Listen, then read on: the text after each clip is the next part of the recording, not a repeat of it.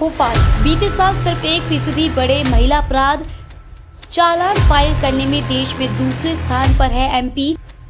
प्रदेश में pilot project के तौर पर लागू होगा विटनेस प्रोटेक्शन एक्ट। गवाह प्रतिरक्षा स्कीम अपराधियों को सजा दिलवाने में होगी सक्षम। नेशनल क्राइम रिकॉर्ड ब्यूरो द्वारा जारी रिपोर्ट में मध्य प्रदेश महिलाओं के दुष्कर्म के मामले में पहले स्थान पर है। हालांकि महिला अपराध शाखा की एडीजी प्रज्ञा श्रीवास्तव का दावा है कि महिला अपराध में एमपी पहले नहीं बल्कि छठे स्थान पर है। उनका कहना है कि नाबालिग बच्चियों से रेप के 3,512 फाइल केस में से 2,499 संदिग्ध है। 2,200 रेप के मामले परिजनों ने दर्ज कराए हैं और 2,500 केस में पीड़िता बयान से मुकर गई है। साथ ही पीड़ितों ने कोर्ट में सहमति से संबंध बनाने के बयान दिए हैं और प्रेम प्रसंग या घर वालों से नाराज होकर घर छोड़ने के मामले बढ़े हैं। हालांकि एनसीआरबी की रिपोर्ट में खुलासा हुआ है कि साल 2021 में देश में नाबालिग बच्चियों के दुष्कर्म में 33,036 मामले दर्ज हुए, तो वहीं मध्य प्रदेश में 3,515 मामले दर्ज हुए हैं।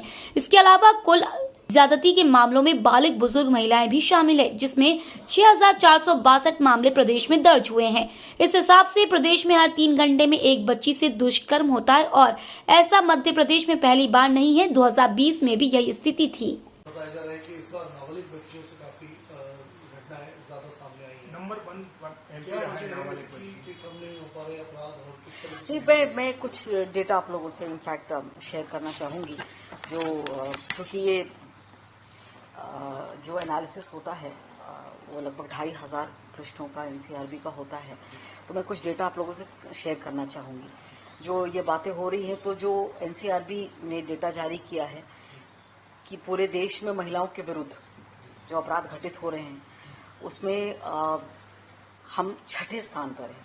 जो बात होती है क्या टॉप कर रहे हैं, चार्ट या टॉप कर रहे हैं, छठे स्थान पर। हमसे सबसे पहले स्थान पर उत्तर प्रदेश, राजस्थान, महाराष्ट्र, पश्चिम बंगाल, उड़ीसा, तो हम छठे स्थान पर है। सबसे पहली बात तो मैं ये कहना चाहूंगी, जो कुल अपराध घटित होते हैं किसी भी स्टेट में, उसका कितना प्रतिशत महिला अपराध है, उसके भी आंकड़े हमने निकाले, तो इसमें भी हम छठे स्थान पर हैं। अगेन मैं बताना चाहूंगी कि ऐसे स्टेट्स हैं जहां टोटल कुल अपराध के का 25% महिला अपराध है। हमारे यहाँ निश्चित तौर पे पिछले साल से बढ़ा है। पिछले साल 20 में कुल अपराध का 9% था, इस बार बढ़ के 10.1 हुआ है। लेकिन जो बढ़ोतरी अन्य राज्यों में है वो हमारे यहाँ से कहीं ज्यादा है। तो एक तो ये भी बात मैं बताना चाहूंगी, ये बिल्कुल जो टोटल रेप हैं, जो हम उसको ब्रेकअप कर रहे हैं पॉक्सो यानी कि नाबालिग के रेप में, तो जो अब जिनको हम बलात्संग कहते हैं बालिग महिलाओं के, उसमें हम दूसरे स्थान पर हैं। पर मैं फिगर बताना चाहूंगी कि कितना फर्क है। राजस्थान में यह आंकड़ा 6,337 है और हमारे यहाँ का आंकड़ा 2,947 है। तो ये फर्क है और उससे हमारे नीचे जो स्टेट्स हैं वो 100 के फिगर का है।